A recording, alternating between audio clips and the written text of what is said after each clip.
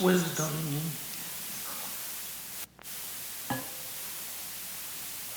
Hi. Why is wisdom, according to God, so important in this life? That's what we're looking at here in Proverbs chapter 9. I got Cindy here, who oftentimes is behind the camera, making the electronic part of this conversation going. And I'm Pastor Tom, and we are here in Sonora, California. And we are looking to talk about wisdom. This is something that's is going to be going on throughout the world this week, because there's a lot of people on this liturgical calendar. And why is wisdom so important? And what we see from the book of Proverbs starting off is that Solomon's saying, look, if you can get wisdom, it is more valuable than all the jewels and gems you can get.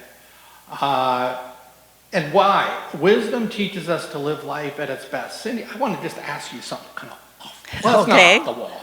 But do you care about jewelry? Do I care about jewelry? Not much. Not as far as, No. it matters. I mean, if it all got stolen, I wouldn't care. Well, like they say, diamonds are a girl's best friend. No. That's not you. No, You know, it's not me. It's when not I got me. married, Kim said, well, do you want a diamond on your ring? I said, no, just get it plain. I don't care, But I think for me, value is something that can get me going. And I don't know if Solomon uses this issue to try to compare the value of wisdom and saying, this is really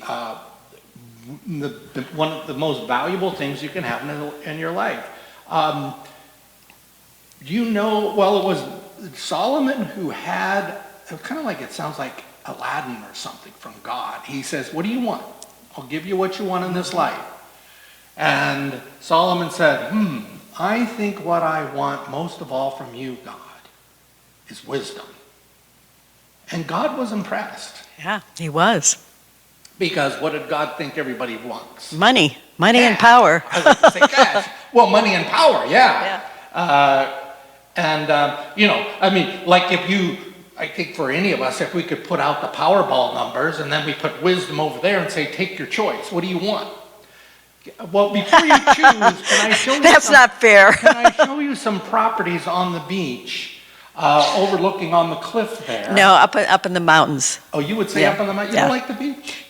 No. It's nice to visit. Well, that's you. But I wouldn't live there. I just belong in the mountains. Right. Well, people, and money is the security that people look for.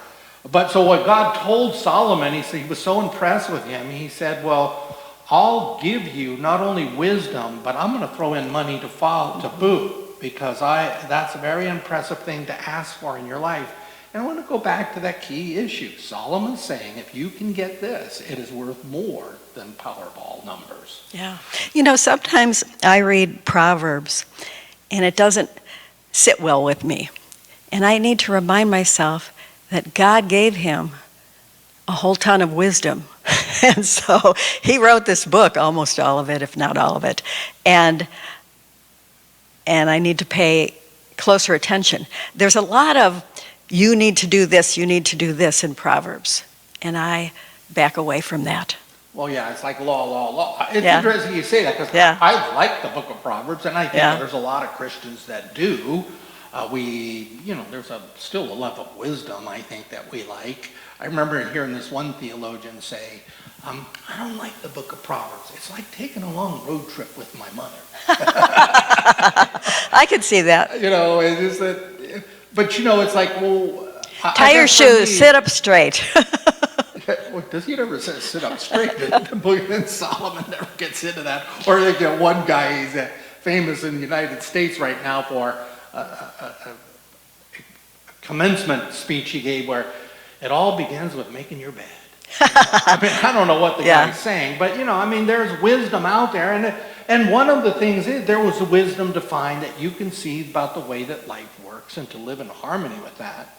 But what God is saying here in Proverbs at the same time, in the verses 1 through 3, wisdom has built her house. She has honed her 7 pillars. She has slaughtered her beast, and she has mixed her wine, and she has the table set also. She has sent out her young women to call from the highest places in town.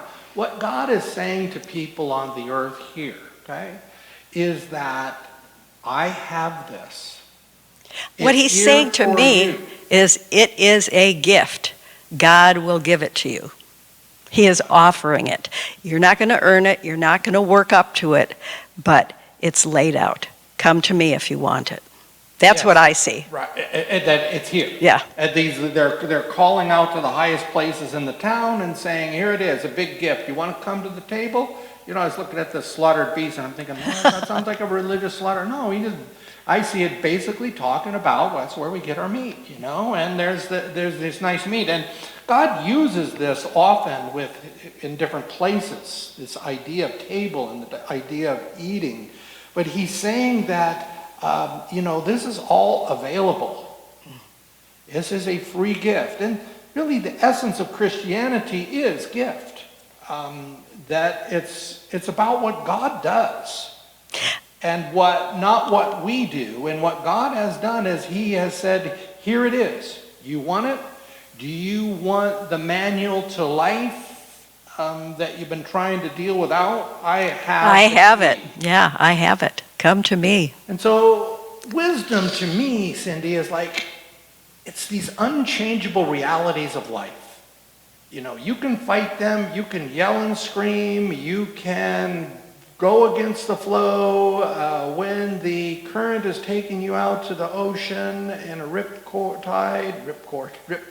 You can fight that, or you can be wise and just let it go with it and learn to swim across the beach. Well, this is just another metaphor example of me, but that is wisdom. Mm-hmm. Or don't run from a bear. I've heard that one before too, you know. But it's just the way life is. We cannot fight the way life is. Our anatomy cannot go up to the top pillar of this church and jump off and expect to be fine and go home and have lunch.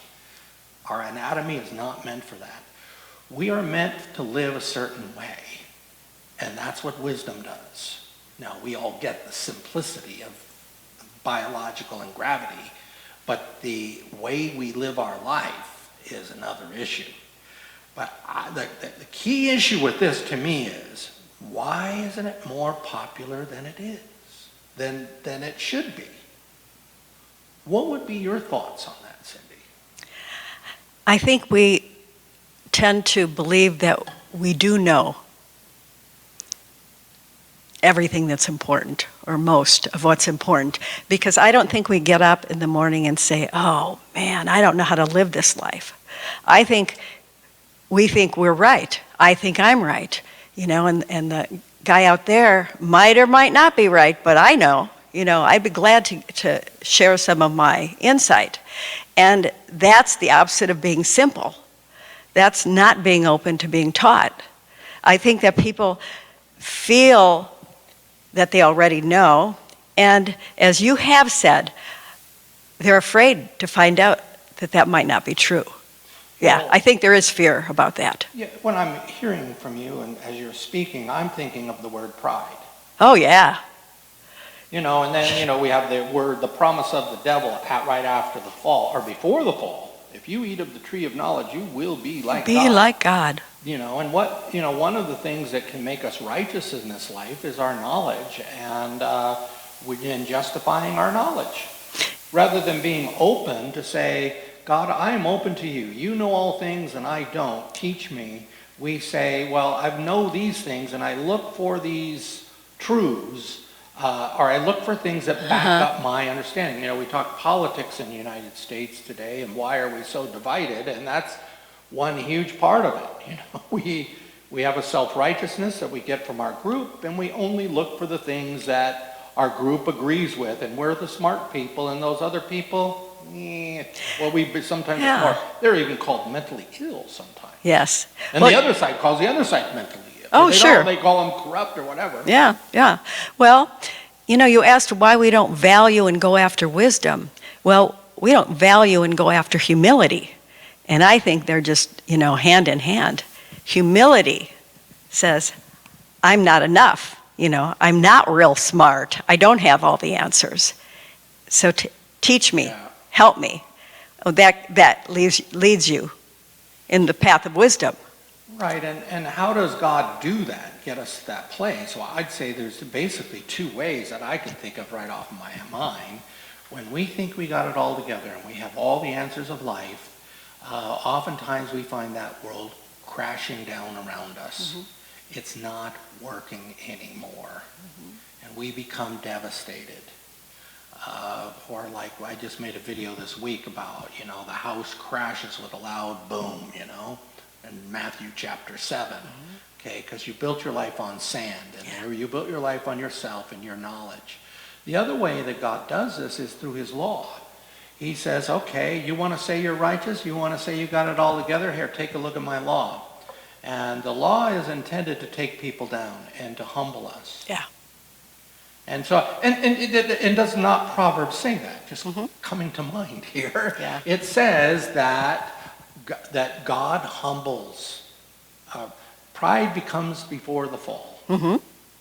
Yeah. Does it always? Could you be in ICU still saying, heck no, I have the truth all the way to the end, I've seen that. You've seen it? That I am going to hold on to my pride, by God, if it costs me my life. Yeah. Rather than say, here I am, God, I don't know. Yeah. But a lot of people, when they hit the bottom, do cry out for help. And they're much more willing. Like, there are no atheists in a foxhole, that idea. Yeah. I'm wondering, Stu, if that's true. Well, no. A lot of those guys saying, heck no, I will not give up my pride and my arrogance or anything. Well, look at the veterans who came to my son's memorial service. They all honored God. And they were close to death. They were in very serious situations, and they take Christianity really seriously. And see, there I think it is that when life pops you one and you hit the floor, you're ready to learn. It says right here, whoever is simple, let him turn here. Whoever lacks sense says, come eat my bread and drink my wine I have mixed. Leave your simple ways and live and walk in the ways of insight. Now, the other part of this is, that you can choose to be humble. Now, we don't like that word choice too much with our theology. God humbles us through his word, and he humbles us through life experiences. But I think by the power of the Holy Spirit, someone could read Proverbs 4 and 6 and say, yes, there is a world of enrichment when I humble myself. And I humble myself by saying, I don't have the answers, God does. And isn't it a wonderful thing? He invites me to this feast with his wonderful wine and food to eat, that he teaches me about life, that we are designed to have a power greater than ourselves. We are not designed to be truth central. I have all truth. It is my life. It is my rights. It is me, and don't you mess with my stuff. That we're not meant to be independent. We are meant to be under God. And, wisdom comes. We are meant to interact in relationships. I want to point out that, in my opinion, it's not just a to-do thing. It's not I am going to be humble. I am being humble. Is that the way I said it? No. I'm just... I think I did. Oh. Yeah, but that's just works. That's not saying it's not about me. That's saying it is about me, and I'm going to show you how well I can be humble. It's not at all about that. It's about less of me, just less of me, more of God. Right, and that's what we were meant to be from the beginning. Exactly. And what God wants to do is he wants to bring us his grace. Yeah. I also think it's interesting because I can't read this without seeing where she says, come and eat of my bread and drink of my wine. That's foretelling Jesus. That's foretelling the sacrament. Come and eat of my broken body. So, I said too earlier is that, throughout the world this week, people are going to be looking at this text of the Old Testament. And in the liturgical calendar, the Old Testament relates to the New Testament or the gospel reading. So these texts like Proverbs, they're flying all over the Yeah. Old Testament, trying to line it up with the New Testament, and that's exactly what the New Testament or the Gospel reading is saying this week. Is Jesus, I am the bread of life, which is kind of metaphoric, but then we see the overreach in Holy Communion. Well, actually, we see some really heavy sacramental words there where people are freaked out in the Gospel reading of how could we eat your flesh and drink your blood? We're out of here. You're crazy. And he says to the rest of them, are you going to go too? Peter says, no, these are the words. Where should we go? You have the words of life. So you have this gift, and how God gives us to eat. God speaks to us through his sacrament. He comes to us through the ears. And we can begin to see life working in harmony. But it's not just about life working in harmony. It's we are a part of living the power to live in harmony. That we're not going to swim up against stream when we don't need to. But rather we are living in harmony with what we were meant to be. And Jesus says, let me break it down for you. There's just two things you need to do throughout your life. Mm-hmm. Love God, love other people. Yeah. Is that all? Well, right. Once you get into love other people, that gets all kinds of different ways of how do I give to this person? Do I rebuke this person? We haven't got into rebuking here yet, but I think, getting to the core of this with the gospel. Now, when we say gospel, we're not talking Matthew, Mark, Luke, and John here, okay? We're talking about what Jesus Christ has done for us. We are loved. We are forgiven. We are called his children. We, because we are loved and forgiven by God, we let go and we submit ourselves to him. And he speaks to us and he brings us wisdom. He says, lead your simple ways. Live in the way of insight. So I look at that and I wonder, well, are all people meant to live in the way of insight? There are some people who are everything is really basic. Even they're loved by God. Well, I'm arguing against myself. That we're all as Christians meant to have insight and live this way. Yeah, I can't really discuss this without jumping to the very end of the passage, because the fear of God is the beginning of wisdom. And the simple man, the simple person can fear God. Anyone could fear God. It doesn't, I don't think that's limited to certain types of people. Good. Now, I'm going to ask you what a lot of people struggle with, even myself, and say, Cindy, how do you understand it? This word fear here, how does that play itself out with the fear of God? Fear is about punishment. Fear is about bad things happening to you if you do not. If they're about exchanges, you better do the right thing to get good things, which that's the way we live. You go to the New Testament, we see words like do not fear, but we hear here. And then not only do we hear that, well, does it even say? The fear of the, yes, it is right here, verse 10. The fear of the Lord is the beginning of wisdom. The knowledge of the Holy One is insight. What does fear mean to you, God? Okay, that's a really good question. Too many words. Yeah, no, fear can be very negative. And for me, fear of God is not at all negative. It's being in awe, understanding that I am nothing compared to God. And he has prepared the whole way. He has prepared everything that we see and touch and hear and learn about, and the galaxies. He is in awe. I'm in awe because I can't even understand how big he is and how powerful he is. He has chosen to love us and to provide everything that we need. So it's not a fear that, he's going to get me. It's reverence. It's respect. It's accepting the reality of who he is. I'm going to ask you something I'm not sure you can answer. Okay. How did you get this in your life? How did I get that in my life? Because some things that it's grown. It's grown. Just happen. Yeah. All my life, I've accepted that Jesus is the answer, that he paid for my sins. I've always known that. But this is a bigger thing. This is a thing that says God is the answer, God is the reason. And I think it has just grown bigger and bigger and bigger in me as life has gone on.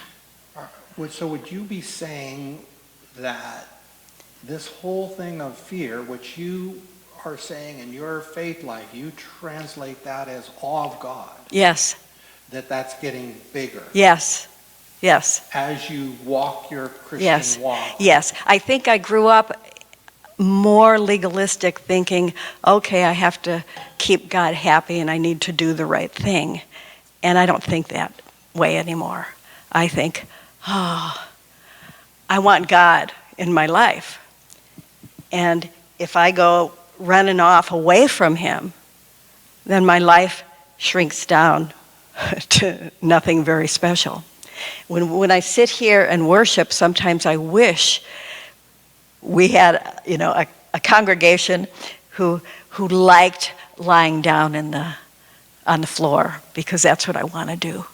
Because God is so big, Yeah, because I was thinking about that too as we were going through this, not lying on the floor. I know you have a kind of a more of a Pentecostal or kneeling or something. Well, right, I was thinking kneelers. Yes. So some churches have kneelers, and the whole concept of kneelers is to humble yourself.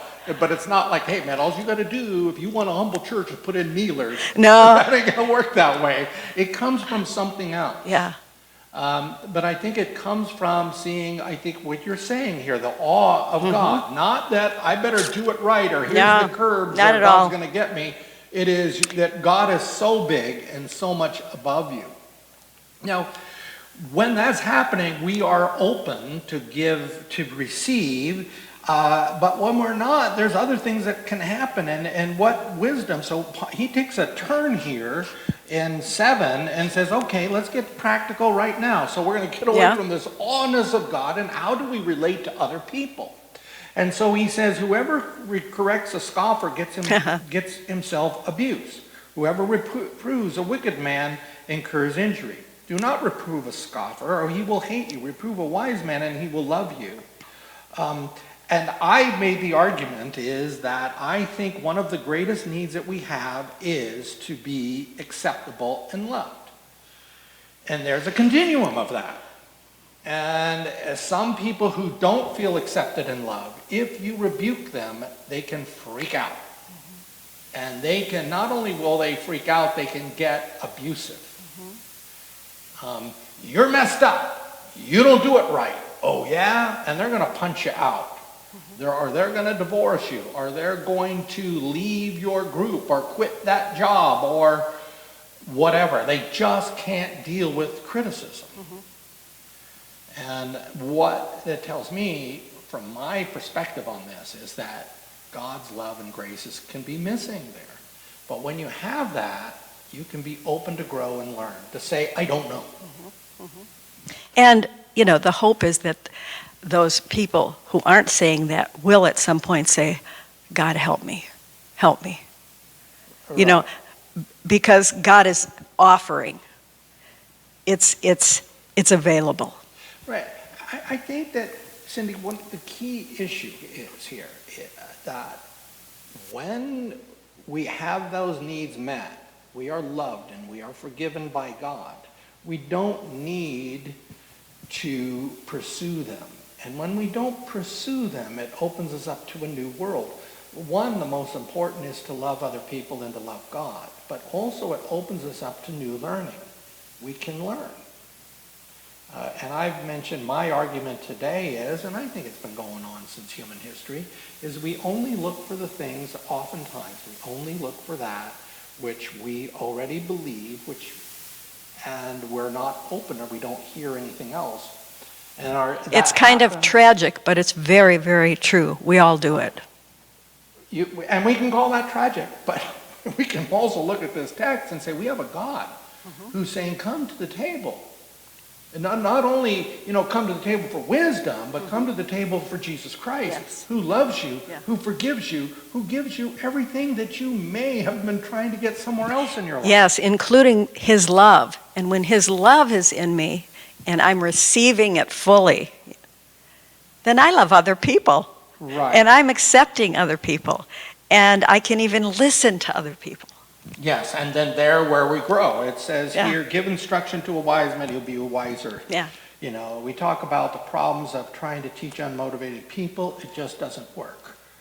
Nope. If you don't want something, you're not going to get something. But when you get to a place in your life where you're open and not closed-minded, being prejudiced, they're all a bunch of stupid idiots in that group. The church, they just want your money. Those people in that country, they're just a bunch of, and that religion over there, they're just this, and it's judge. But